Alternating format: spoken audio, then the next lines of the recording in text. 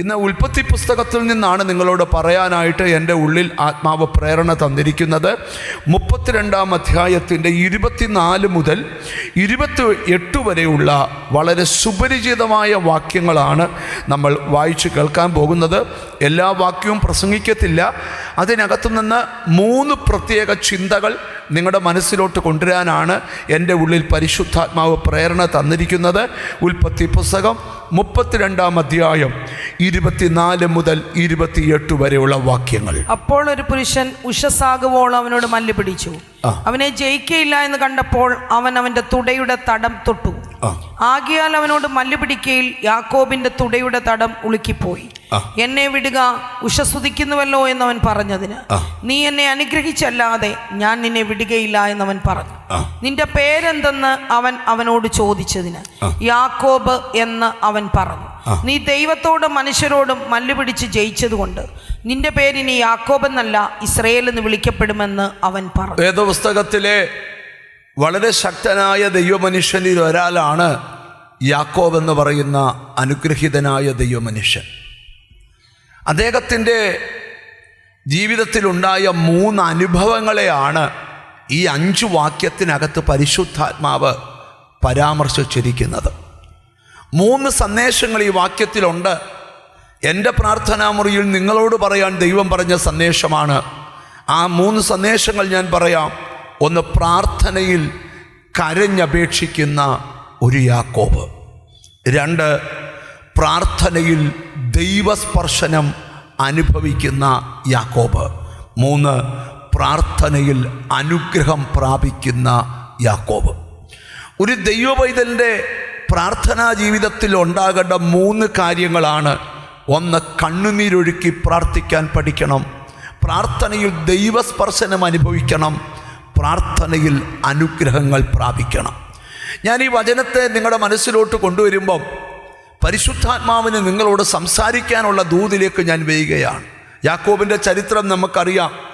യാക്കോബ് ഹമീൻ്റെ ജീവിതത്തിലുണ്ടായ വെല്ലുവിളി ഒരേ ഒരു കാര്യത്തിലായിരുന്നു, അനുഗ്രഹം സംബന്ധിച്ചായിരുന്നു. സ്തോത്രം. അപ്പൻ്റെ അനുഗ്രഹം യാക്കോബിൻ്റെ മേൽ വീണതുകൊണ്ട് തൻ്റെ സഹോദരൻ തന്നോട് വൈരാഗ്യമുള്ളവനായി തീർന്നു. യാക്കോബിൻ്റെ അമ്മ കേട്ടു, ഞാൻ അവനെ കൊന്നുകളയുമെന്ന് തൻ്റെ സഹോദരൻ പറയുന്ന വാർത്ത അമ്മയുടെ കാതുകളിലെത്തി. അമ്മ പറഞ്ഞു, യാക്കോബേ, നിന്നെ കൊല്ലാൻ നിന്റെ സഹോദരന് വൈരാഗ്യമുണ്ട്, അതുകൊണ്ട് നീ എൻ്റെ ദേശത്തേക്ക് ഓടിപ്പോ. സ്തോത്രം. അവൻ ദൈവത്തിന് സ്തോത്രം. ഇവൻ്റെ വൈരാഗ്യം ശമിക്കുമ്പം ഞാൻ പറയാം. സ്തോത്രം. അന്നേരം തിരിച്ചു വന്നാൽ മതി. യാക്കോബിൻ്റെ ജീവിതത്തിൽ ആകെ ഉണ്ടായ ഒരു പ്രശ്നം അനുഗ്രഹം നിമിത്തം ഉണ്ടായ വൈരാഗ്യം. സ്തോത്രം. ഞാൻ ഇന്ന് മെസ്സേജ് എടുക്കുമ്പോൾ ചിലരോടൊക്കെ സംസാരിക്കാനുണ്ട്. എല്ലാ വീട്ടിലും എല്ലാവരെയും ദൈവം അനുഗ്രഹിക്കാറില്ല, എന്നാൽ ചിലരെ ദൈവം അനുഗ്രഹിക്കും. 12 ശിഷ്യന്മാരെ തിരഞ്ഞെടുത്തു. 12 ഉപയോഗിച്ചില്ല, 3 ഉപയോഗിച്ചു. ഒരപ്പന് 11 മക്കളുണ്ടെങ്കിൽ 11 ഉപയോഗിച്ചില്ല, 1 ഉപയോഗിച്ചു. സ്തോത്രം. വേദപുസ്തകം പഠിക്കുമ്പോൾ ഹല്ലേലൂയ, ഒത്തിരി പേരെ ദൈവം തിരഞ്ഞെടുത്തെങ്കിലും ദൈവം അനുഗ്രഹിച്ചത് ഒരു വീട്ടിൽ 1-2 പേരെയാണ്. ഞാൻ കർത്താവിനെ സ്വീകരിച്ച കാലയളവിൽ നീണ്ട 10 വർഷം ദൈവത്തോട് ഞാൻ ചോദിച്ചൊരു ചോദ്യമുണ്ട്, എന്നെ അനുഗ്രഹിക്കുമോ കർത്താവേ? ഒരു ദിവസം ദൈവം എന്നോട് പറഞ്ഞു, അനുഗ്രഹിക്കപ്പെടാൻ നിന്റെ കുടുംബത്തിൽ യോഗ്യൻ നീയാ, അതുകൊണ്ട് നിന്നെ ഞാൻ അനുഗ്രഹിച്ചിരിക്കും.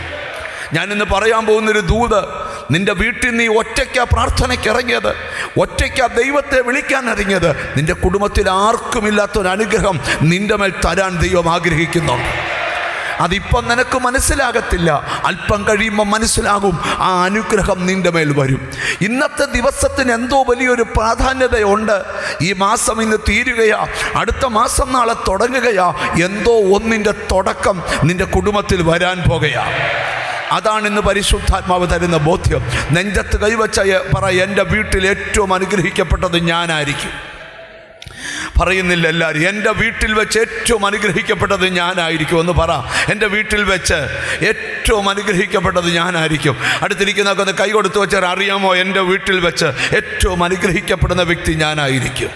ഹല്ലേലൂയ, ദൈവത്തിന് സ്തോത്രം. പക്ഷെ ഒരു കാര്യം, സഹോദരനുണ്ടായ വൈരാഗ്യം എന്തിനാണെന്നറിയാമോ?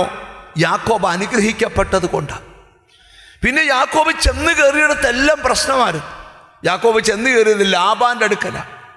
ലാബാനാമേ യാക്കോബ് പറയുക, എന്നെ പലവട്ടം ചതിച്ചു, 10 പ്രാവശ്യം പ്രതിഫലം മാറ്റി, പക്ഷെ ദോഷം വരാൻ ദൈവം സമ്മതിച്ചില്ല. ലാബാൻ്റെ വീട്ടിൽ കല്യാണമൊക്കെ കഴിച്ച് രാജകീയമായിട്ട് ജീവിച്ചുകൊണ്ടിരിക്കുമ്പോൾ ദൈവം ഒരു ദിവസം ഇറങ്ങി വന്നേച്ച് പറഞ്ഞു, യാക്കോബേ നീ ഇവിടുന്ന് പോകണം. ഞാൻ ദൂതിലോട്ട് വരാൻ പോവാ. 31-ാം അധ്യായത്തിൻ്റെ 3-ാമത്തെ വാക്യം ഒന്ന് വായിക്കണം. അപ്പോൾ യഹോവ യാക്കോബിനോട് നിന്റെ പിതാക്കന്മാരുടെ ദേശത്തേക്കും നിന്റെ ചാർച്ചക്കാരുടെ അടുക്കലേക്ക് മടങ്ങിപ്പോക, ഞാൻ നിന്നോട് കൂടെ ഇരിക്കുമെന്ന് അരുളിച്ചെയ്തു. അപ്പം ലാബാന്റെ വീട്ടിൽ നിന്ന് യാക്കോബ് സ്വയം ഇളകിയതല്ല, ദൈവം അവനെ ഇളക്കിയതാണ്. ഞാനൊരു ദൂത് പറയാം. ഈ ദിവസങ്ങളിൽ എന്തൊക്കെയോ വിഷയത്തിൽ ദൈവത്തിൻ്റെ സമയങ്ങൾ അടുത്തിരിക്കുക. Glory to God. ഇപ്പോൾ നീ ഫേസ് ചെയ്യുന്ന സങ്കടകരമായ വിഷയത്തിനകത്ത് ഒരു ദൈവപ്രവൃത്തി ഉണ്ടെന്നാ ദൈവത്തിൻ്റെ ദൂത്.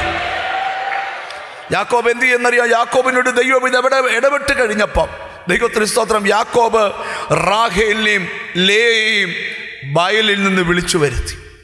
എന്നിട്ട് അവരോട് പറയുന്ന ഭാഗം 6-7 വാക്യങ്ങളിലുണ്ട്. 31-ാം അധ്യായം 6-7 വാക്യങ്ങൾ. നിങ്ങളുടെ അപ്പനെ ഞാൻ എൻ്റെ സർവ്വബലത്തോടും കൂടെ സേവിച്ചു എന്ന് നിങ്ങൾക്ക് തന്നെ അറിയാമല്ലോ. നിങ്ങളുടെ അപ്പനെ ഞാൻ എൻ്റെ സർവ്വബലത്തോടും സേവിച്ചു എന്ന് നിങ്ങൾക്ക് തന്നെ അറിയാമല്ലോ. നിങ്ങളുടെ അപ്പനോ എന്നെ ചതിച്ചു. എന്റെ പ്രതിഫലം 10 പ്രാവശ്യം മാറ്റി. എങ്കിലും എന്നോട് ദോഷം ചെയ്യുവാൻ ദൈവം അവനെ ദൈവം അവനെ അനുവദിച്ചില്ല. ഞാനൊരു സന്ദേശം പറഞ്ഞുകൊണ്ടിരുന്ന വചനം തുടങ്ങുക. ദോഷം ചെയ്യുന്നവരുടെ എണ്ണം ഭയങ്കരമാണെങ്കിലും നിന്നോട് ദോഷം ചെയ്യാൻ ദൈവം സമ്മതിക്കുകയല്ല. ഞാൻ ആ ഭാഗം മുമ്പോട്ടൊന്ന് കൊണ്ടുപോട്ടെ, ഈ ദൂതിലോട്ട് വരാൻ. യാക്കോബ് ലാബാന്റെ അറിവ് കൂടാതെ ദൈവം നിന്നോട് പറഞ്ഞതനുസരിച്ച് ദൈവം എന്ന് പറയുക, യാക്കോബെ ഞാൻ ബഥേലിൻ്റെ ദൈവമാണ്, നീ അവിടേക്ക് തിരിച്ചു പോകണം. അപ്പം യാക്കോബ് സ്വയം ഇളകിയതല്ല, ദൈവം ഇളക്കിയതാണ്. എന്തിനാ ഇളക്കിയെന്നാ ഇന്നത്തെ ദൂത്. ഇളക്കി വരുന്ന വഴിക്ക് അവിടെ വിട്ടുപോന്നപ്പോൾ ലാബാൻ അറിവ് കിട്ടി യാക്കോബ് തന്നെ വിട്ടുപോയെന്ന്. സ്തോത്രം. ലാബാൻ വിട്ടില്ല, ലാബാൻ പുറകെ വന്നു. ഒരു പർവ്വതത്തിൽ വന്ന ഉടനെ ദൈവം ലാബാനോട് പറഞ്ഞു, ലാബാൻ്റെ അടുക്കൽ ഇറങ്ങി വന്ന് വെച്ച് പറഞ്ഞു, എൻ്റെ ദാസനോട് ഗുണമെങ്കിലോ ദോഷമെങ്കിലോ ചെയ്യാതിരിക്കാൻ നോക്കിക്കോ. ലാബാൻ യാക്കോബിൻ്റെ കൂടാരത്തിൽ വന്നേച്ച് പറഞ്ഞു, നിന്നോട് ദോഷം ചെയ്യാൻ എനിക്ക് ശക്തിയുണ്ട്, പക്ഷെ നിന്റെ ദൈവം എന്നോട് പറഞ്ഞു നിന്നോട് ഗുണമെങ്കിലും. ഞാനൊരു ദൂത് പറയാം, നിന്നോട് തകർക്കാൻ വരുന്ന ശത്രുവിനോട് പോലും ഇടപെടുന്നവനാ ദൈവം. ഒരാമയും പറഞ്ഞു തുടങ്ങണം. സ്തോത്രം. ശ്രദ്ധിച്ച് കേൾക്കണം. അങ്ങനെ ലാബാൻ്റെ കയ്യിൽ നിന്ന് യാക്കോബ് വിടുവിക്കപ്പെട്ടു. മുമ്പോട്ട് ചെല്ലുമ്പം യാബോക്കടവിൻ്റെ അടുക്കലെത്തി. അവിടെ എത്തിയപ്പം എതിരെ വന്നൊരാൾ പറഞ്ഞു, സൂക്ഷിച്ചു പോണം, നിന്റെ സഹോദരൻ 400 ആൾക്കാരുമായി നിന്റെ നേരെ വരുന്നുണ്ട്. ഞാനൊരു ദൂത് തുടങ്ങുക. കാലപ്പഴക്കം ചെന്ന ചില വൈരാഗ്യങ്ങൾ വരെ ഇന്ന് പ്രയറിൽ പരിഹാരം ഉണ്ടാകും. Glory to God. നിന്നെ ഉപദ്രവിക്കാൻ അവസരം തപ്പി നടക്കുന്ന ചില വൈരാഗ്യങ്ങൾ ഇന്നത്തെ പ്രാർത്ഥനയിൽ തീരണം. ഇന്നത്തെ പ്രാർത്ഥന നിന്റെ അനുഗ്രഹത്തിൻ്റെ അടുത്ത ലെവല്. ഒരനുഗ്രഹം നിമിത്തം അസൂയയോടെ നിന്നോട് പോരാടിയ ചിലര് നോക്കി നിൽക്കെ, അവർക്ക് ചിന്തിക്കാൻ പറ്റാത്ത അനുഗ്രഹത്തിൻ്റെ അടുത്ത ലെവലിലേക്ക്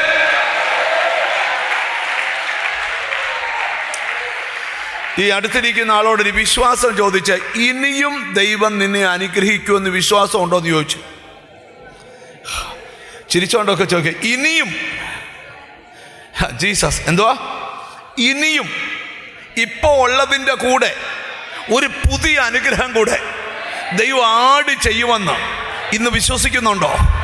ഇപ്പോൾ ആർക്കുമില്ലാത്ത പ്രതിസന്ധി നിനക്ക് വന്നത്, ആർക്കുമില്ലാത്ത ഭയം നിനക്ക് വന്നത്, ആർക്കുമില്ലാത്ത എതിരാളി നിനക്ക് നേരെ വരുന്നത് നിന്നെ തീർക്കാനല്ല. ഇതുവരെ പ്രാർത്ഥനയിൽ നടക്കാത്തൊരു കാര്യം ഇന്നത്തെ പ്രാർത്ഥനയിൽ നടക്കും. ഓ thank you Holy Spirit, thank you Holy Spirit. ആരോടൊക്കെയോ ദൈവം സംസാരിക്കുക. നീ ജനിച്ചിട്ട് ഇതുവരെ നടക്കാത്ത ചില കാര്യങ്ങൾ ആ യാക്കോബിന്റെ പ്രാർത്ഥനയിൽ നടന്ന പോലെ നിന്റെ പ്രാർത്ഥനയും നടക്കാൻ പോകുകയാണ്. സ്തോത്രം. ഞാനൊരു ശബ്ദം ദൈവത്തിൽ നിന്ന് കേൾക്കുന്നു. ചില വൈരാഗ്യങ്ങൾക്ക് പരിഹാരമുണ്ടാകുന്ന ദിവസമായി. എന്തുവാണ്? ചില വൈരാഗ്യങ്ങൾക്ക്. ചിലരെക്കുറിച്ച് നമുക്ക് അറിവില്ല, പക്ഷെ അവർ വൈരാഗ്യത്തോടെ നിൽക്കുക. അവരാണ് നിങ്ങളെ കുരിക്കിയത് മുഴുവൻ. പക്ഷെ ദൈവം പറയുക, അത് ഈ പ്രതിസന്ധിയുടെ നടുവിൽ നിന്റെ പ്രാർത്ഥനയിൽ പരിഹാരം ഉണ്ടാകാൻ പോവുക. ഓ യേശുവിൻ്റെ നാമത്തിൽ ആരോടൊക്കെയോ ദൈവം സംസാരിക്കുക. ഇന്ന് തലപൊക്കി നിൽക്കുന്ന ചില വെല്ലുവിളികൾ നിന്നെ തകർക്കാനല്ല, ഇത് ദൈവമാ നിന്നെ ഇളക്കിക്കൊണ്ട് വന്നേ. ഇതിന് പരിഹാരം ഉണ്ടായേ പറ്റൂ.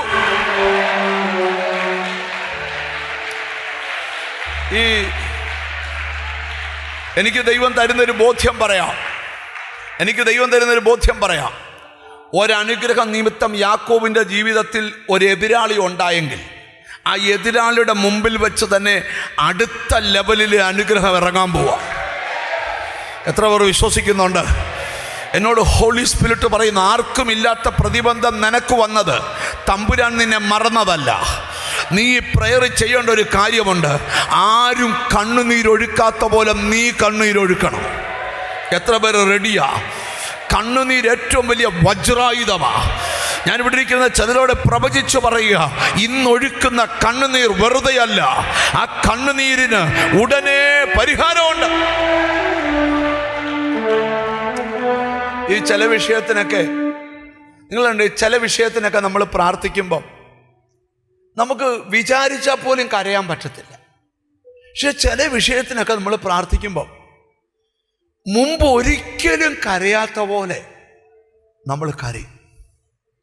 ഓർത്തോണം, ആ കരച്ചില് സ്വയം കരയുന്നതല്ല, മറിച്ച് എന്താ നടക്കുന്നതെന്നറിയാമോ? ഹല്ലേലൂയ. ഈ ബൈബിളിൽ പല ടൈപ്പ് പ്രയറുണ്ട്. അതിനകത്ത് ഒരു പ്രയറാണ് വിശ്വാസത്തോടു കൂടിയ പ്രാർത്ഥന. വേറൊരു പ്രാർത്ഥനയാണ് കണ്ണുനീരൊഴുക്കിയുള്ള പ്രാർത്ഥന. Glory to God. ഇന്ന് ചിലപ്പം പ്രസംഗത്തിനിടയിലൊക്കെ ഇവിടെ ചിലരൊക്കെ കരയും. അത് പാർശ്വ പ്രസംഗിച്ചുകൊണ്ട് കരയുമല്ല, അറിയാതെ നിനക്ക് കരയാൻ തോന്നുക. ദൈവത്തിൻ്റെ പ്രത്യേകത പറയാം, കണ്ണുനീർ ദൈവം തുരുത്തിയിൽ ആക്കി വെക്കുന്ന ദൈവമാണ്. ഞാൻ ഒരിക്കലും ഒരു സംഭവം ഇപ്പോഴും ഓർക്കുകയാണ്. സ്തോത്രം. ഒരു ഫാമിലി ഒരിക്കൽ എന്നെ കണ്ട് പ്രാർത്ഥിക്കാനായിട്ട് വന്നെ ആ അങ്കിളിൻ്റെ വൈഫ് എൻ്റെ മുമ്പിൽ ഏങ്ങലടിച്ച് കരയുക. അപ്പം ഞാൻ ചോദിച്ചു, അച്ചായ എന്തുവാ സംഭവിച്ചേക്കുന്നത്? അപ്പം പറഞ്ഞ്, അറിയത്തില്ല പാസ്റ്ററെ, എൻ്റെ ഭാര്യ ഭയങ്കര വിശ്വാസവും നല്ല കരുത്തുള്ളവളായിരുന്നു. പക്ഷെ 3-4 ആഴ്ചയായിട്ട് അവൾ ചുമ്മാ ഇതിങ്ങനെ കരഞ്ഞുകൊണ്ടിരിക്കുക. ഞാൻ ചോദിച്ചിട്ടൊന്നും പറയുന്നില്ല. അതിനാ പാസ്റ്റർ അടുക്ക കൊണ്ടുവന്ന്. എനിക്ക് ഒരു ഫീല്, പാസ്റ്റർ വല്ല മാനസിക ബുദ്ധിമുട്ട് വല്ലതും ആണോ? ഞാൻ പറഞ്ഞു, ഞാൻ സംസാരിക്കട്ടെ. ഞാൻ സംസാരിച്ചപ്പോൾ എന്നോട് കർത്താവ് പറഞ്ഞു, അല്ല, കരയാനുള്ള ഒരു നിയോഗം ഞാൻ അവൾക്ക് കൊടുത്തിരിക്കുക. ഞാൻ ആ ആൻറ്റിയോട് ചോദിച്ചു, എന്താണ് ആൻറ്റി കരയുന്നതിൻ്റെ രഹസ്യം? പറഞ്ഞു, എനിക്കൊറ്റ മോളേ ഉള്ളൂ. അവൾ വിവാഹം കഴിച്ചിട്ട് 14 കൊല്ലമായി. ഇന്ന് വരെ ഒരു കുഞ്ഞിക്കാല് കാണാൻ, സ്തോത്രം, ഭാഗ്യം ഉണ്ടായിട്ടില്ല. ഞാൻ പല ആവർത്തി എൻ്റെ മോളോട് പറഞ്ഞു, മക്കളില്ലാത്തവരും ജീവിക്കുന്നുണ്ട് മോളെ, വിഷമിക്കലെന്ന് പറഞ്ഞ ഞാൻ 3-4 ആഴ്ച കൊണ്ട് എനിക്ക് എപ്പോൾ ഇരുന്നാലും ഒരു കുഞ്ഞിനെ എൻ്റെ മോടെ മടി കണ്ടുകൊണ്ട് ഞാൻ കരയാൻ തുടങ്ങി. ജീസസ്. ഞാൻ അച്ഛനോട് പറഞ്ഞു, അമ്മാമ്മയ്ക്ക് മാനസിക രോഗമൊന്നുമല്ല, അച്ഛനോട് കരഞ്ഞ് പ്രാർത്ഥിക്കാൻ പറഞ്ഞു. ചുരുക്കി പറയാം, ഒരു 3-4-5 ദിവസങ്ങൾ കഴിഞ്ഞപ്പോൾ ആ കരച്ചിലൊക്കെ അങ്ങ് നിന്നു.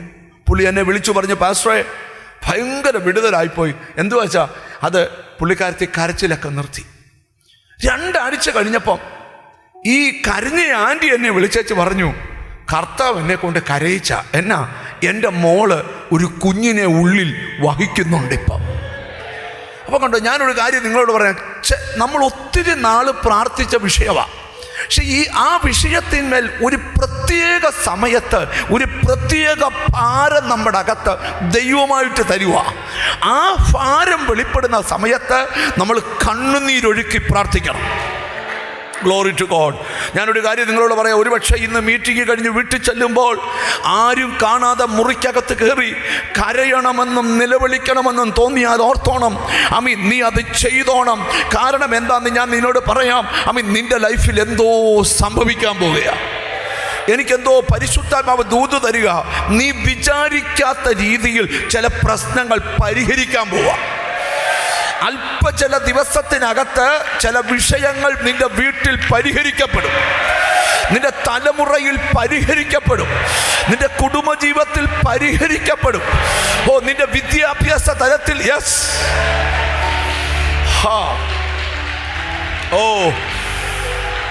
ഞാനിന്ന് വചനം കേൾക്കുന്നവരോട് പരിശുദ്ധാത്മാവിൽ ഒരു കാര്യം പറയാം. എനിക്കൊരു കാര്യം ബോധ്യപ്പെടുക.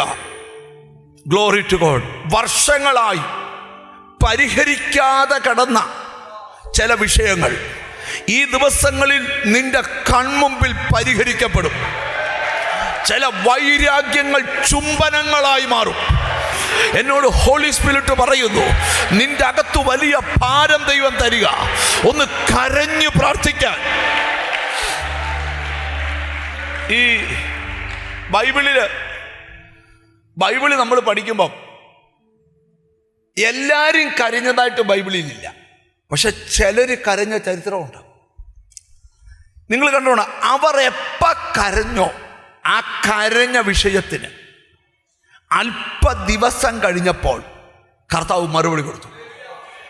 Glory to God.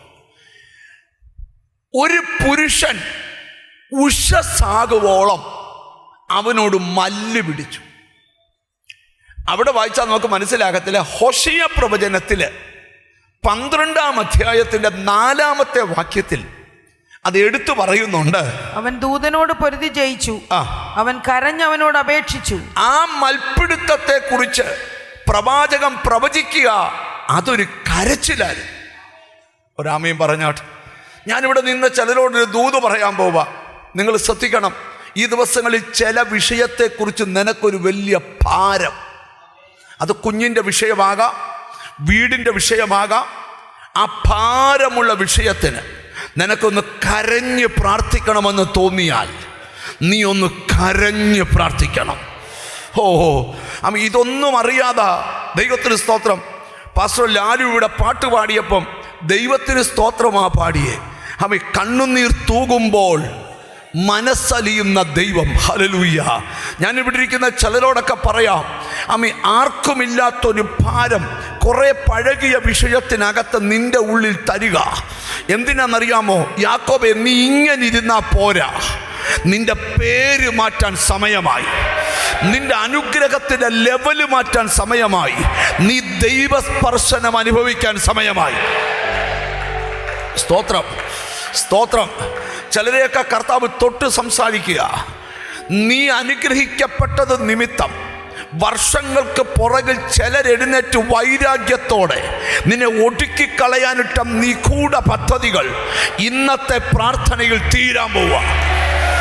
ഇത് തീർപ്പ് കൽപ്പിക്കുന്ന പ്രേയറാ. യേശുവിൻ്റെ നാമത്തിൽ വൈരാഗ്യത്തോടെ നിന്നോട് മിണ്ടാതെ നിൽക്കുന്നവർ, നിന്നെ ആഭിചാരങ്ങളും മന്ത്രവാദങ്ങളും നേർച്ചകളും നടത്തി, പൂജകളും ഹോമങ്ങളും നടത്തി നിന്റെ കുടുംബത്തെ തകർത്ത വ്യക്തികളുടെ വിഷയം. ഒരിക്കൽ ഹന്ന ദൈവത്തിന്റെ മുമ്പിൽ മനോവസരത്തോടെ പ്രാർത്ഥിച്ച് കരഞ്ഞെന്നാ വചനം. 1 ശമൂവേലിന്റെ പുസ്തകം 1-ാം അധ്യായത്തിന്റെ 10-ാമത്തെ വാക്യം. അവൾ മനോവ്യസനത്തോടെ യഹോവയോട് പ്രാർത്ഥിച്ച് വളരെ കരഞ്ഞു. അവൾ മനോവ്യസനത്തോടെ യഹോവയോട് പ്രാർത്ഥിച്ച് വളരെ കരഞ്ഞു. ഇത്രയും നാള് പെനീന കുത്തിയപ്പോ ഹന്നായിക്ക് പരാതിയില്ലായിരുന്നു. കുറച്ച് വീട്ടിൽ കിടന്ന് കരഞ്ഞതേ. പക്ഷെ ഇന്നൊരു നിയോഗം പള്ളിയിൽ പോയിരുന്ന് കരയാൻ. ആ കരച്ചിലിന് അന്ന് പരിഹാരം ഉണ്ടായി. പിന്നെ അവിടെ മുഖം. ഗ്ലോറി. ഞാൻ ചിലരോട് പ്രവചിച്ച് പറയുക, ഒത്തിരി നാള് നിന്നെ വിഷമിപ്പിച്ച വിഷയത്തില് നിനക്കൊന്ന് കരയാൻ നിയോഗം ഉണ്ടെങ്കിൽ, ഹല്ലേലൂയ. ഈ കരച്ചിലെന്ന് പറഞ്ഞ നിങ്ങൾക്ക് ഒരിക്കലും ഇങ്ങനെ ഈ പ്രാർത്ഥനയ്ക്ക് ഇരിക്കുമ്പം ദീർഘസമയം കരയണമെന്ന് തോന്നിയിട്ടുണ്ടോ? അങ്ങനെ ഒരിക്കലെങ്കിലും അനുഭവം ഉണ്ടായിട്ടുണ്ടോ? കരഞ്ഞിട്ടുണ്ടോ? എനിക്കൊക്കെ ധാരാളം അനുഭവം ഉണ്ടായിട്ടുണ്ട്. അന്നേരം നിങ്ങൾ കണ്ടിട്ടുണ്ടോ, നമുക്ക് ഈ കരച്ചിൽ പിടിച്ചു നിർത്താൻ പറ്റത്തില്ല. ആരിയ്ക്കുന്നൊന്നും തോന്നത്തില്ല. നമ്മൾ ചിലപ്പോൾ അറിയാതെ പരിസരം മറന്ന്. പക്ഷെ ഞാനൊരു കാര്യം പറയാം, എന്ന് ദൈവം മുമ്പിൽ കരഞ്ഞിട്ടുണ്ടോ അന്നെല്ലാം വിടുതൽ പ്രാപിച്ചു. ദൈവത്തിൻ്റെ പ്രത്യേകത, അവ കണ്ണുനീരിനെ മറികടക്കത്തില്ല. Glory to God. Okay, Hannah മനോവ്യസനത്തോടെ കരഞ്ഞു. ശൗമേൽ ബാലനെയും കൊണ്ട് ഏലിയുടെ അടുക്കൽ വന്നിട്ട് പറയുക, കുറച്ച് നാളുകൾക്ക് മുമ്പ് ഇവിടെ അങ്ങയുടെ അടുക്കൽ നിന്ന് കരഞ്ഞ സ്ത്രീ ഞാനാ. ഇന്ന് ആ കരച്ചിലിന്റെ മറുപടിയും കൊണ്ട് വള്ളി വന്നേക്കുക. വിശ്വാസം ഉണ്ടല്ലോ, സ്തോത്രം ചെയ്യാവൂ. എന്നോട് ദൈവത്തിൻ്റെ ആത്മാവ് ഒരു ദൂത് തരുന്നു. ഒരിക്കലും തീരാത്ത ചില വിഷയം ഇന്നത്തെ പ്രയറിൽ തീരും. ഒരിക്കലും പ്രാർത്ഥിക്കാത്ത പോലെ ഇന്ന് നീ പ്രാർത്ഥിക്കണം. ഒരിക്കലും കരയാത്ത പോലെ ഇന്ന് നീ കരഞ്ഞ് പ്രാർത്ഥിക്കണം. ആ കരഞ്ഞ് പ്രാർത്ഥിക്കുന്നത്, ഒരു രാജാവിന് മരിക്കത്തക്ക രോഗം പിടിച്ചു. എന്നെ ശ്രദ്ധിച്ചാൽ മതി, അതൊന്നും അല്ല പ്രസംഗിക്കാൻ പോകുന്നു. പ്രവാചകൻ വന്ന് പറഞ്ഞു, ഗ്രഹകാര്യം ക്രമപ്പെടുത്തിക്കോ, നീ മരിച്ചു പോവും. അവൻ ചെയ്ത് കേൾക്കണോ? സ്തോത്രം. ആ കൊട്ടാരത്തിന്റെ ഭിത്തിയിൽ ദൈവത്തിന് വേണ്ടി ചെയ്തത് എഴുതിയിട്ടേക്കുക. മുഖം തിരിച്ച് ഒരൊറ്റ കരച്ചില്. നിങ്ങൾ കേൾക്കണേ, വാളെടുത്തവന്റെ തലവെട്ടടാന്ന് പറയാൻ അധികാരമുള്ള രാജാവിന് അറിയാം, വാളിനേക്കാൾ മൂർച്ച കണ്ണീരിനാ. ഒരാമയും വരുന്നില്ല. അടുത്ത ദൂത് കേട്ടോ, പ്രവചിച്ചവൻ നടുമുറ്റം വിടുമ്പോ ദൂത് തിരിച്ചു വന്നു, ചെന്നു പറ യേശുവിന്റെ നാമത്തില്. ചിലരോട് ദൈവാത്മാവ് ദൂത് പറയാ, ഇപ്പടി ഇന്ന് നീ പ്രാർത്ഥനയ്ക്ക് വരുമ്പോഴും വൈരാഗ്യത്തോടെ നിൽക്കുന്ന ചിലർ, നിന്റെ സകല പ്രശ്നത്തിനും കാരണം അവരാ. അത് പ്രയറിൽ തീരാൻ പോവാ. നിന്റെ വീടിന്റെ അന്തരീക്ഷം മാറാൻ പോവാ.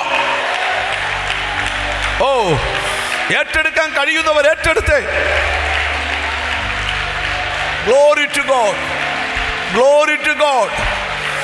ഇത് പരിഹാരത്തിന്റെ ദിവസമാ. ഇത് പരിഹരിക്കപ്പെടുന്ന ദിവസമാ. ശ്രദ്ധിക്കണം.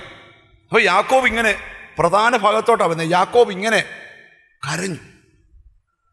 സത്യത്തിൽ യാക്കോബ് പേടിച്ചിട്ട് അവിടെ പ്രാർത്ഥിക്കുന്നത്. എന്തുവാ പേടിച്ചിട്ട്? ആരെ പേടിച്ചേക്കുക? അമ്മ പറഞ്ഞ അറിവുണ്ട്, നിന്നെ കൊല്ലുമെന്ന് പറഞ്ഞ് അവൻ നിൽക്കുക. അതൊക്കെ വായിക്കാൻ പോകുന്ന നേരമില്ല, കാരണം അതാ ഈ ഭാഗം വേറെ ആയോണ്ട്. ഇപ്പൊ എത്ര കഴിഞ്ഞു? എന്നിട്ടും 400 ആളുമായിട്ട് വരിക, പേടിച്ചിട്ടൊരു കരച്ചിൽ. ഈ കരച്ചിലിൽ ഒരു കാര്യം നടന്നു.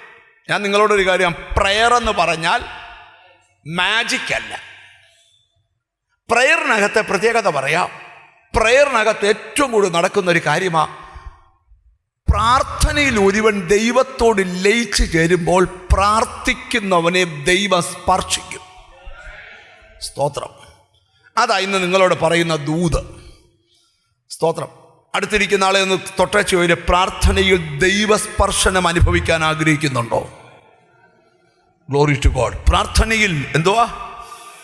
ഓ ഹല്ലേലൂയ. നീ ഇന്ന് കൊണ്ടുവന്ന മുഴുവൻ വിഷയവും മഞ്ഞുരുകുന്ന പോലെ ഉരുകും. നിന്നെ ദൈവം ഒന്ന് സ്പർശിച്ചാൽ മതി. 1 ശമൂവേലിന്റെ പുസ്തകം 1-ാം അധ്യായത്തിന്റെ 10-ാമത്തെ വാക്യം, അവൾ മനോവ്യസനത്തോടെ യഹോവയോട് പ്രാർത്ഥിച്ച് വളരെ കരഞ്ഞു. അവൾ മനോവ്യസനത്തോടെ യഹോവയോട് പ്രാർത്ഥിച്ച് വളരെ കരഞ്ഞു. ഇത്രയും നാള് പെനീന കുത്തിയപ്പോ ഹന്നായ്ക്ക് പരാതിയില്ലായിരുന്നു, കുറച്ച് വീട്ടിൽ കിടന്ന് കരഞ്ഞതേ. പക്ഷെ ഇന്നൊരു നിയോഗം, പള്ളിയിൽ പോയിരുന്ന് കരയാൻ. ആ കരച്ചിലിന് അന്ന് പരിഹാരം ഉണ്ടായി. പിന്നെ അവിടെ മുഖം. ഗ്ലോറി. ഞാൻ ചിലരോട് പ്രവചിച്ച് പറയുക, ഒത്തിരി നാൾ നിന്നെ വിഷമിപ്പിച്ച വിഷയത്തില് നിനക്കൊന്ന് കരയാൻ നിയോഗം ഉണ്ടെങ്കിൽ, അപ്പോൾ ഒരു പുരുഷൻ ഉഷസാകുവോളം അവനോട് മല്ലു പിടിച്ചു. ആരോട്? യാക്കോബിനോട് ഒരു ദൂതൻ എന്ത് ചെയ്തു? മല്ലു പിടിച്ചു. അവനെ ജയിക്കയില്ല എന്ന് കണ്ടപ്പോൾ അവൻ അവന്റെ തുടയുടെ തടം തൊട്ടു. ആര് തൊട്ടു? ദൂതൻ തൊട്ടു. ആരെ തൊട്ടു? ആരെ ജയിക്കുകയില്ലെന്ന് കണ്ടപ്പോ. കരഞ്ഞവനെ ജയിക്കാൻ പറ്റിയില്ലെന്ന്. ഒരു ദൂതന്റെ ശക്തി ബൈബിളിലുണ്ട്. അശൂർ പാളയത്തിലൂടെ ഒന്നിറങ്ങി നടന്നപ്പം 1,85,000 പേരുടെ തല കൊയ്തു. പക്ഷെ കരഞ്ഞ ഭക്തനെ ദൂതന് ജയിക്കാൻ പറ്റിയില്ലെന്ന്. ഓ, glory to God, glory to God, glory to God.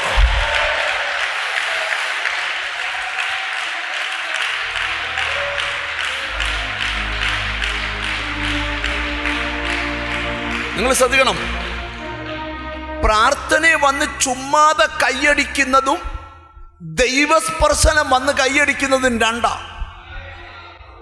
ചില ദിവസം നമ്മൾ കണ്ടിട്ടില്ലയോ, ചില ദൈവദാസന്മാരൊക്കെ വരുമ്പോഴേ നമ്മൾ ശാന്തമായിട്ട് ഇരിക്കാനാ വരുന്നേ.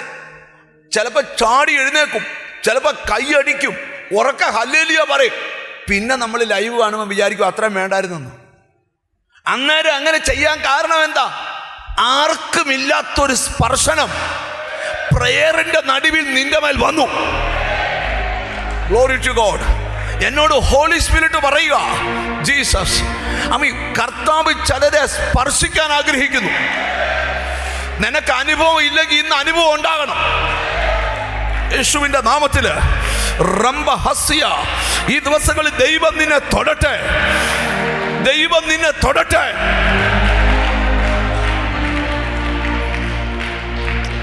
ഞാൻ ഇന്നലെ രാത്രി കടന്നുറങ്ങുമ്പം ഒരു സ്വപ്നം കണ്ടു. സ്വപ്നം ഇതായിരുന്നു: ഒരു മനുഷ്യനെ മുഴുവൻ വലിയ കയറുകൊണ്ട് ചുറ്റി വെച്ചിരിക്കുന്നു. ഞാൻ ആ മനുഷ്യനെ കണ്ടിട്ട് പോലുമില്ല. അപ്പൊ എന്നോട് സ്തോത്രം, ആ മനുഷ്യനോട് ഒരാൾ പറയുകയാണ്, ജോസിന്റെ കുടുംബം തകർന്നു പോയല്ലോ. ഞാൻ രാവിലെ എൻ്റെ ഈ ഫോണിലെ കോൺടാക്ട് മുഴുവൻ എടുത്തു നോക്കിയപ്പോൾ ഒരിടത്ത് പോലും ജോസിനെ കാണുന്നില്ല. ഞാൻ ഓർത്ത്, എൻ്റെ കർത്താവ് എന്നായിരിക്കും ഇന്നിനിയും പ്രസംഗത്തിൽ പറയാനായിരിക്കും എന്നൊക്കെ വിചാരിച്ചിരിക്കുമ്പോൾ രാവിലെ UK എന്നൊരു പെൺകുട്ടി എന്നെ വിളിച്ചിട്ട് പറഞ്ഞു, പാസ്റ്ററെ, എനിക്ക് ഭയങ്കരമായിട്ട് ഇന്നലെ രാത്രി ഞാൻ സ്വപ്നം കണ്ടു, പാസ്റ്റർ എനിക്ക് വേണ്ടി പ്രാർത്ഥിക്കുന്നു. അവിടെ വേണ്ടുന്നില്ല. അപ്പം ഞാൻ പറഞ്ഞു, മോളെ, ഞാനൊരു സ്വപ്നം കണ്ടു. കയറ് മുഴുവൻ ചുറ്റി വെച്ചേക്കുന്ന ഒരാള്, ജോസ് നിന്റെ അയ്യോ എൻ്റെ ദൈവമേ, ജോസ് എൻ്റെ അപ്പനാ. ഗ്ലോറി. ഞാൻ നിങ്ങളോടൊരു കാര്യം പറയാം. വെളിപ്പാടില് കഴിഞ്ഞ ദിവസം ഞങ്ങളുടെ ഫാമിലി പ്രെയർ നടക്കുമ്പോൾ പാസ്റ്റർ ലിനി മുട്ട നിന്ന് പ്രാർത്ഥിക്കുമ്പോൾ ഒരു ദർശനം കണ്ടു. ജോഷിപ്പാസ് ഇന്ന് വരെ പറയാത്ത ജോഷിപ്പാസ് എന്ന് ലിനിയുടെ തലയെ തൊട്ട് ചോദിച്ചു, വെളിപ്പാടുണ്ട് ഇപ്പൊ പറയണമെന്ന്. എനിക്ക് വിഷയം എന്ത് പറഞ്ഞെന്നല്ല, അതെങ്ങനെ പാസ്റ്റർ ജോഷി അറിഞ്ഞു? ഗ്ലോറി. വെളിപ്പാടിന്റെ കണക്ഷൻസ് ഭയങ്കര. ഇപ്പോഴുള്ള പരാജയം ഒന്നും നീ നോക്കണ്ട, ഈ പരാജയമെല്ലാം ഉടനെ മാറും. നീ ഒരു ദൈവസ്പർശനം അനുഭവിച്ചാൽ നിന്റെ ജീവിതത്തിൽ ഒരു കുറവുണ്ട്, വെളിപ്പെടുത്തി തരിക, കുറവുണ്ട്. ആ കുറവ് ഇന്ന് പരിഹരിക്കും. എന്താ കുറവെന്നറിയാമോ? നീ കൈയടിക്കുന്നവനാ, പാട്ട് പാടുന്നവനാ, അന്യഭാഷ പറയുന്നവനാ, പ്രവചനം കേട്ടിട്ടുള്ളവനാ, സ്വപ്നം കാണുന്നവനാ. ഒരു കുറവുണ്ട്, വ്യക്തിപരമായി ഇതുവരെ ദൈവസ്പർശനം ഉണ്ടായിട്ടില്ല. പക്ഷെ ഇന്ന് നിനക്കൊരു സ്പിരിച്വൽ എൻകൗണ്ടർ ഉണ്ടാകാൻ പോവാ. ദൈവം നിന്നെ ഒരിക്കലും മറക്കാനൊക്കാത്ത ഒരു ചൂടടയാളം. നിൽക്കുന്നവർ നിന്നോണ്ട്, ഇരിക്കുന്നവർ ഇരുന്നോണ്ട്. ഒരു മിനിറ്റ് ശ്രദ്ധിച്ചേ. നിനക്ക് വിശ്വാസമുണ്ടോ? ദൈവം നിന്നെ തൊടാൻ കൊതിക്കുന്നു. യാക്കോബേ, നിന്നെ ദൈവം തൊട്ടാൽ നിന്റെ തൊടയുടെ തടം ഉളുക്കും. ഇരുന്നാട്ട് പറയാം. ദൈവം പറയാ, നിന്റെ എതിരാളിയെ കാണുമ്പോ നീ ഓടണ്ട. അങ്ങനല്ല വിടുതൽ നടക്കാൻ പോകുന്നേ. എത്ര പേർക്ക് കൊതിയുണ്ട് എനിക്ക് ഒരു ദൈവസ്പർശനം? ചിലരെ ദൈവം കയ്യിലിട്ട് ലാളിക്കാൻ പോവാ.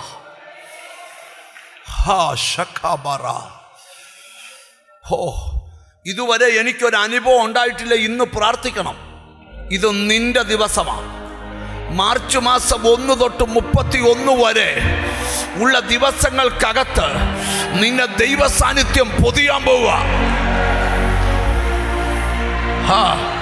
ഏപ്രിൽ 1 പുതിയ ഫൈനാൻഷ്യൽ ഇയർ. നിന്റെ ഗതികേട് പൊട്ടാൻ പോവാ. യാക്കോബേ, നിന്റെ പ്രയർ കഴിഞ്ഞ നാളുകളിലെ പ്രാർത്ഥന പോലല്ല. യാക്കോബ് ഇന്നല്ല പ്രാർത്ഥിക്കാൻ തന്നെ ഒത്തിരി പുറകെ പ്രാർത്ഥിച്ചിട്ടുണ്ട്. ആ പ്രയർ പോലല്ല ഈ പ്രയർ. നിന്നെ ഒറ്റയ്ക്ക് ശേഷിപ്പിച്ചേക്കുക. ഞാനൊരു ദൂത് പറയാം. നീ ഒരാൾ മതി നിന്റെ കുടുംബ ചരിത്രം തിരുത്താൻ. ഞാൻ പ്രവചിക്കുക, നീ ഒരാൾ മതി. ഒരൊറ്റയാൾ മതി. ഒരാൾ മതി.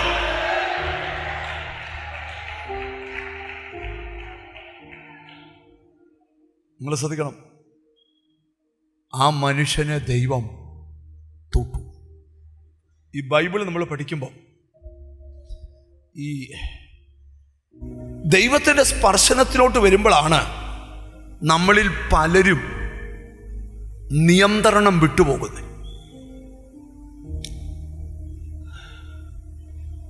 ഒരിക്കൽ ഞാൻ പ്രസംഗിച്ചുകൊണ്ടിരിക്കുമ്പോൾ എൻ്റെ തോളെ വന്ന് കർത്താവ് ഒരു പിടി പിടിച്ചു. മാസങ്ങളോളം ആ കൈ എൻ്റെ തോളയിലുണ്ടായിരുന്നു. ഉറങ്ങുമ്പോൾ ഫീൽ ചെയ്യും. പ്രസംഗിക്കാൻ കയറി നിൽക്കുമ്പം ആ കൈ എൻ്റെ തോളെ ഒരാൾ വന്ന് പിടിമുറുക്കുന്ന പോലെ. ഞാൻ എന്തിനാ ഇതൊക്കെ പറയുന്നേ? Glory to God. ആർക്കുമില്ലാത്ത ചില ഫീൽ നിനക്കുണ്ടാകാൻ പോവാ.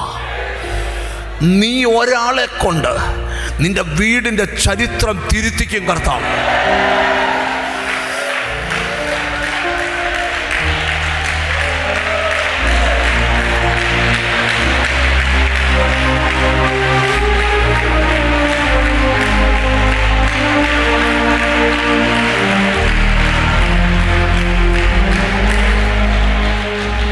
അതിന് ഞാൻ തലേ കൈവെക്കൊന്നും വേണ്ട, ഒന്നും വേണ്ട.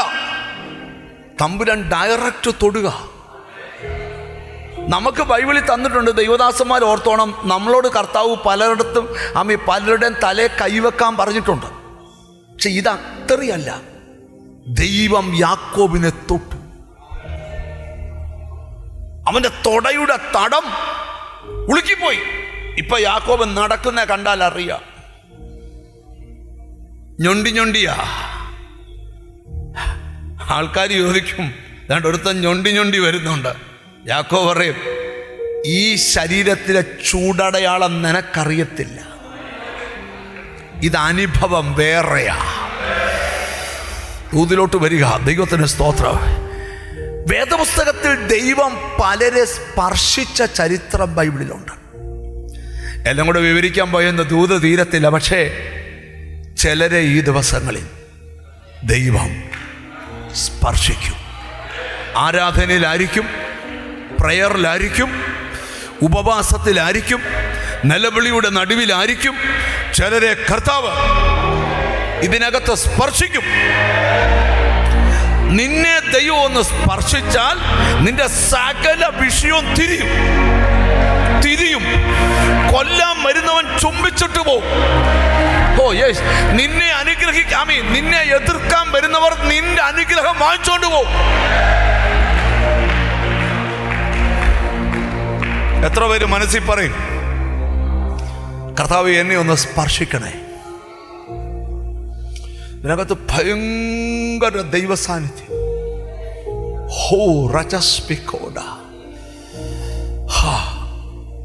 ഏലിയാവിന്റെ മേൽ നിന്ന് വീണ പുതപ്പ് ഏലിശ എടുത്തു ചുറ്റിയതുപോലെ ഇന്നലെ ചിലരെ ദൈവസാന്നിധ്യം ഇങ്ങനെ കയറി ചുറ്റുക. തമ്പുരാൻ നിന്നെ ഇന്നൊന്ന് തൊട്ടാൽ തൊട്ടാൽ തൊട്ടാൽ ആർക്കുമില്ലാത്തൊരനുഭവം.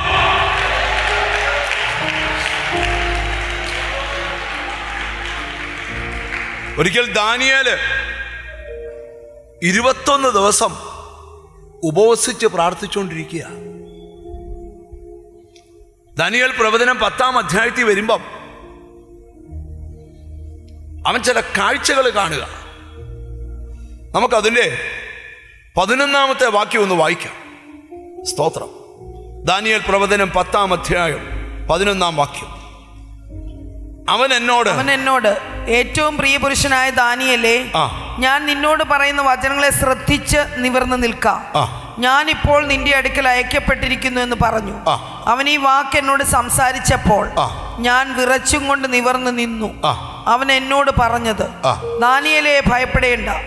നീ തിരിച്ചറിയേണ്ടതിനും നിന്റെ ദൈവത്തിന് മുൻപാകെ നിന്നെ തന്നെ താഴ്ത്തേണ്ടതിനും മനസ്സ് വെച്ച ആദ്യ ദിവസം മുതൽ നിന്റെ വാക്ക് കേട്ടിരിക്കുന്നു. നിന്റെ വാക്ക് ഹേതുവായി തന്നെ ഞാൻ വന്നിരിക്കുന്നു. പാർസി രാജ്യത്തിന്റെ പ്രഭു 21 ദിവസം എന്നോട് എതിർത്തു നിന്നു. എങ്കിലും പ്രധാന പ്രഭുക്കന്മാരിൽ ഒരുത്തനായ മിഖായേൽ എന്നെ സഹായിപ്പാൻ വന്നു. അവനെ ഞാൻ പാർസി രാജാക്കന്മാരോടുകൂടെ അവിടെ വിട്ടേച്ചു. 21 ദിവസം ദാനിയേൽ ഒരു വിഷയത്തിന് പ്രാർത്ഥിക്കുക. പ്രാർത്ഥിച്ചുകൊണ്ടിരിക്കുമ്പോൾ ദാനിയേലിന് ദൈവത്തിൻ്റെ ദർശനം ഉണ്ടായി. ശണവസ്ത്രം ധരിച്ചൊരു മനുഷ്യൻ കയറി വരുന്നു. അവൻ ദാനിയേലിന്റെ മേൽ കൈവച്ചു. ദാനിയേൽ ബോധം കെട്ട് നിലത്ത് വീണു. ദാനിയേലിനോട് പറയുക, നീ എഴുന്നേറ്റ് നിവർന്നു നിൽക്ക്, ഞാൻ നിന്നോട് സംസാരിക്കും. എന്തുവാ? നിന്റെ പ്രാർത്ഥനയുടെ അന്ന് തന്നെ മറുപടി വിട്ടതാ. ആ മറുപടിയെ പാർസി രാജ്യത്തിൻ്റെ പ്രഭു അന്തരീക്ഷ മണ്ഡലത്തിൽ 21 ദിവസം തടഞ്ഞു നിർത്തി. എന്നാൽ ഞാനൊരു ദൂതനെ വിട്ട മല്ല് കെട്ടിച്ച് ആ മറുപടിയുമായി നിന്റെ അടുക്കൽ വന്നിരിക്കുക. ദാനിയേലിനെ തൊട്ട ദൈവം ഈ ദിവസങ്ങളിൽ നിന്നെ ഒന്ന് സ്പർശിക്കട്ടെ.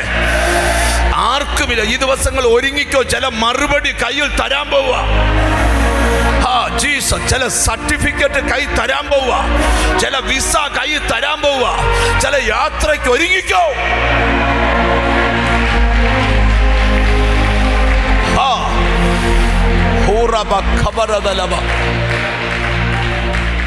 ഒരു ദൈവസ്പർശനം ഉണ്ടായാൽ ഗ്ലോറി ടു ഗോഡ്. വെളിപ്പാട് പുസ്തകത്തിൽ പത്മോസ് ദ്വീപിൽ യോഹന്നാൻ കിടക്കുമ്പം ദൈവത്തെ കണ്ടിട്ട് യോഹന്നാൻ മരിച്ചവനെ പോലെയായി അവന്റെ കാൽക്കൽ വീണു. അവന്റെ വലം കൈ എന്റെ മേൽ വെച്ചു. ആര്? ദൈവത്തിന്റെ വലം കൈ യോഹന്നാന്റെ മേൽ വെച്ചു. ഭയപ്പെടേണ്ട, ഭയപ്പെടേണ്ട. ഞാൻ ആദ്യനും അന്ത്യനും ജീവനുള്ളവനുമാകുന്നു. ഞാൻ മരിച്ചവനായിരുന്നു, എന്നാൽ ഇതാ എന്നേക്കും ജീവിച്ചിരിക്കുന്നു. മരണത്തിന്റെയും പാതാളത്തിന്റെയും താക്കോൽ എന്റെ കയ്യിലുണ്ട്. യോഹന്നാനെ ദൈവം തൊട്ടു. ദാനിയേലിനെ ദൈവം തൊട്ടു. പുതിയ നിയമത്തിൽ വരുമ്പോൾ മറുരൂപ മലയുടെ നെറുകയിൽ ദൈവസാന്നിധ്യം കണ്ട് വീണ 3 അപ്പോസ്തലന്മാരെ ദൈവം തൊട്ടു. ഞാനിവിടെ ഇരിക്കുന്ന ചിലരോട് ദൂത് പറയാം, ഒരു ദൈവസ്പർശനം ഉടനെ ഉണ്ട്. ആർക്കുമില്ലാത്ത ചില അനുഭവം നിനക്കുണ്ടാകാൻ പോവുക. ആരുടെ ലൈഫിൽ ഉണ്ടാകാത്തൊരു ബ്രേക്ക് ത്രൂ. എത്ര പേര് കൊതിക്കുന്നുണ്ട് എനിക്കൊരു ദൈവസ്പർശനം? ഇതുവരെ ഇല്ലാത്തൊരു സ്പിരിച്വൽ ഫീലിംഗ്. ജീസസ് നിനക്ക് തന്നെ ഉറപ്പ് തരും നീ വിടുതൽ കിട്ടുമെന്ന്. നിനക്ക് തന്നെ ഉറപ്പ് തരും നിനക്ക് വിടുതൽ കിട്ടുമെന്ന്. അങ്ങനെ ഒരു ഫീൽ. ഇവിടുന്ന് പോകുന്ന സകല രോഗങ്ങളെ അഴിക്കുന്ന ദൈവശക്തി. ജീസസ്. എത്ര പേർ കൊതിക്കുന്നുണ്ട് എനിക്കൊരു ദൈവസ്പർശനം വേണം, എനിക്കൊരു ദൈവസ്പർശനം വേണം. ഇന്ന് നിന്നെ സ്പർശിക്കാതെ ദൈവം ഇവിടുന്ന് പോകത്തില്ല. നിന്റെ ഹാർട്ടിൻ്റെ ബ്ലോക്കിനെ മാറ്റി, നിന്റെ കിഡ്നിയുടെ സിസ്റ്റിനെ മാറ്റി, നിന്റെ ലിവർ സിറോസിസ് മാറ്റി, നിന്റെ കുഞ്ഞിനെ കൊണ്ടു നടക്കുന്ന ദുരാത്മാവ് ഇന്ന് അറസ്റ്റാവും. നിന്റെ സന്തതി ദൈവസ്പർശനം അനുഭവിക്കാൻ പോവുക. നീ ദൈവസ്പർശനം അനുഭവിക്കാൻ പോവുക. യെസ്.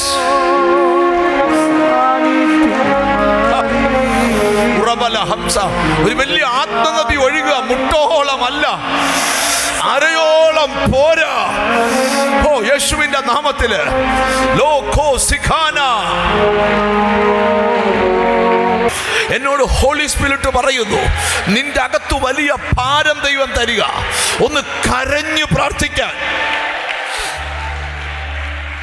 ഈ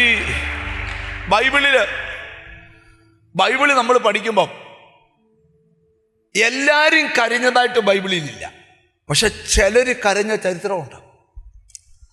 നിങ്ങൾ കണ്ടോണം, അവർ എപ്പോൾ കരഞ്ഞോ ആ കരഞ്ഞ വിഷയത്തിന് അല്പ ദിവസം കഴിഞ്ഞപ്പോൾ കർത്താവ് മറുപടി കൊടുത്തു. Glory to God. ഒരു പുരുഷൻ ഉഷസാകുവോളം അവനോട് മല്ല് പിടിച്ചു. അവിടെ വായിച്ചാൽ നമുക്ക് മനസ്സിലാകത്തില്ല. ഹോശിയ പ്രവചനത്തില് 12-ാം അധ്യായത്തിന്റെ 4-ാമത്തെ വാക്യത്തിൽ അത് എടുത്തു പറയുന്നുണ്ട്. അവൻ ദൂതനോട് പൊരുതി ജയിച്ചു, അവൻ കരഞ്ഞവനോട് അപേക്ഷിച്ചു. ആ മൽപ്പിടുത്തത്തെ കുറിച്ച് പ്രവാചകൻ പ്രവചിക്കുക അതൊരു കരച്ചിലായിരുന്നു. ഒരാമയും പറഞ്ഞാട്ട്. ഞാനിവിടെ നിന്ന് ചിലരോടൊരു ദൂത് പറയാൻ പോവാ. നിങ്ങൾ ശ്രദ്ധിക്കണം, ഈ ദിവസങ്ങളിൽ ചില വിഷയത്തെക്കുറിച്ച് നിനക്കൊരു വലിയ ഭാരം. അത് കുഞ്ഞിൻ്റെ വിഷയമാകാം, വീടിൻ്റെ വിഷയമാകാം. ആ ഭാരമുള്ള വിഷയത്തിന് നിനക്കൊന്ന് കരഞ്ഞ് പ്രാർത്ഥിക്കണമെന്ന് തോന്നിയാൽ നീ ഒന്ന് കരഞ്ഞ് പ്രാർത്ഥിക്കണം. ഇതൊന്നും അറിയാതെ ദൈവത്തിന് സ്തോത്രം. പാസ്റ്റർ ലാലു ഇവിടെ പാട്ട് പാടിയപ്പം ദൈവത്തിന് സ്തോത്രമാ പാടിയേ. കണ്ണുനീർ തൂകുമ്പോൾ മനസ്സലിയുന്ന ദൈവം. ഹല്ലേലൂയ. ഞാനിവിടെ ഇരിക്കുന്ന ചിലരോടൊക്കെ പറയാം, ആർക്കുമില്ലാത്തൊരു ഭാരം കുറെ പഴകിയ വിഷയത്തിനകത്ത് നിന്റെ ഉള്ളിൽ തരിക. എന്തിനാണെന്നറിയാമോ? യാക്കോബേ, നീ ഇങ്ങനെ ഇരുന്നാ പോരാ. നിന്റെ പേര് മാറ്റാൻ സമയമായി, നിന്റെ അനുഗ്രഹത്തിന്റെ ലെവല് മാറ്റാൻ സമയമായി, നീ ദൈവസ്പർശനം അനുഭവിക്കാൻ സമയമായി. സ്തോത്രം, സ്തോത്രം. ചിലരെയൊക്കെ കർത്താവ് തൊട്ട് സംസാരിക്കുക. നീ അനുഗ്രഹിക്കപ്പെട്ടത് നിമിത്തം വർഷങ്ങൾക്ക് പുറകിൽ ചിലരെഴുന്നേറ്റ് വൈരാഗ്യത്തോടെ നിന്നെ ഒടുക്കിക്കളയാനിട്ട നിഗൂഢ പദ്ധതികൾ ഇന്നത്തെ പ്രാർത്ഥനയിൽ തീരാൻ പോവുക. ഇത് തീർപ്പ് കൽപ്പിക്കുന്ന പ്രേയറാ. യേശുവിൻ്റെ നാമത്തിൽ വൈരാഗ്യത്തോടെ നിന്നോട് മിണ്ടാതെ നിൽക്കുന്നവർ, നിന്നെ ആഭിചാരങ്ങളും മന്ത്രവാദങ്ങളും നേർച്ചകളും നടത്തി, പൂജകളും ഹോമങ്ങളും നടത്തി നിന്റെ കുടുംബത്തെ തകർത്ത വ്യക്തികളുടെ വിഷയം. ഒരിക്കൽ ഹന്ന ദൈവത്തിന്റെ മുമ്പിൽ മനോവസരത്തോടെ പ്രാർത്ഥിച്ച് കരഞ്ഞെന്നാ വചനം. ഹല്ലേലൂയ. ഈ കരച്ചിലെന്ന് പറഞ്ഞാൽ നിങ്ങൾക്കൊരിക്കലും ഇങ്ങനെ ഈ പ്രാർത്ഥനയ്ക്ക് ഇരിക്കുമ്പം ദീർഘസമയം കരയണമെന്ന് തോന്നിയിട്ടുണ്ടോ? അങ്ങനെ ഒരിക്കലെങ്കിലും അനുഭവം ഉണ്ടായിട്ടുണ്ടോ? കരഞ്ഞിട്ടുണ്ടോ? എനിക്കൊക്കെ ധാരാളം അനുഭവം ഉണ്ടായിട്ടുണ്ട്. അന്നേരം നിങ്ങൾ കണ്ടിട്ടുണ്ടോ, നമുക്ക് ഈ കരച്ചിൽ പിടിച്ചു നിർത്താൻ പറ്റത്തില്ല. ആരിയ്ക്കുന്നൊന്നും തോന്നത്തില്ല. നമ്മൾ ചിലപ്പോൾ അറിയാതെ പരിസരം മറന്ന്. പക്ഷെ ഞാനൊരു കാര്യം പറയാം, എന്ന് ദൈവം മുമ്പിൽ കരഞ്ഞിട്ടുണ്ടോ അന്നെല്ലാം വിടുതൽ പ്രാപിച്ചു. ദൈവത്തിൻ്റെ പ്രത്യേകത കണ്ണുനീരിനെ മറികടക്കത്തില്ല. Glory to God. Okay, Hannah മനോവ്യസനത്തോടെ കരഞ്ഞു. ശൗമേൽ ബാലനെയും കൊണ്ട് ഏലിയുടെ അടുക്കൽ വന്നിട്ട് പറയുക, കുറച്ച് നാളുകൾക്ക് മുമ്പ് ഇവിടെ അങ്ങയുടെ അടുക്കൽ നിന്ന് കരഞ്ഞ സ്ത്രീ ഞാനാ. ഇന്ന് ആ കരച്ചിലിന്റെ മറുപടിയും കൊണ്ട് വള്ളി വന്നേക്കുക. വിശ്വാസം ഉണ്ടെങ്കിൽ സ്തോത്രം ചെയ്യാവൂ. എന്നോട് ദൈവത്തിൻ്റെ ആത്മാവ് ഒരു ദൂത് തരുന്നു. ഒരിക്കലും തീരാത്ത ചില വിഷയം ഇന്നത്തെ പ്രയറിൽ തീരും. ഒരിക്കലും പ്രാർത്ഥിക്കാത്ത പോലെ ഇന്ന് നീ പ്രാർത്ഥിക്കണം. ഒരിക്കലും കരയാത്ത പോലെ ഇന്ന് നീ കരഞ്ഞ് പ്രാർത്ഥിക്കണം. ആ കരഞ്ഞ് പ്രാർത്ഥിക്കുന്നത്, ഒരു രാജാവിന് മരിക്കത്തക്ക രോഗം പിടിച്ചു. എന്നെ ശ്രദ്ധിച്ചാൽ മതി, അതൊന്നും അല്ല പ്രസംഗിക്കാൻ പോകുന്നു. പ്രവാചകൻ വന്ന് പറഞ്ഞു, ഗ്രഹകാര്യം ക്രമപ്പെടുത്തിക്കോ, നീ മരിച്ചു പോവും. അവൻ ചെയ്ത് കേൾക്കണോ? സ്തോത്രം. ആ കൊട്ടാരത്തിന്റെ ഭിത്തിയിൽ ദൈവത്തിന് വേണ്ടി ചെയ്ത് എഴുതിയിട്ടേക്കുക. മുഖം തിരിച്ച് ഒരൊറ്റ കരച്ചില്. നിങ്ങൾ കേൾക്കണേ, വാളെടുത്തവന്റെ തലവെട്ടടാന്ന് പറയാൻ അധികാരമുള്ള രാജാവിനറിയാം വാളിനേക്കാൾ മൂർച്ച കണ്ണീരിനാ. ഒരാമയും വരുന്നില്ല. അടുത്ത ദൂത് കേട്ടോ, പ്രവചിച്ചവൻ നടുമുറ്റം വിടുമ്പോ ദൂത് തിരിച്ചു വന്നു, ചെന്നു പറ യേശുവിന്റെ നാമത്തില്.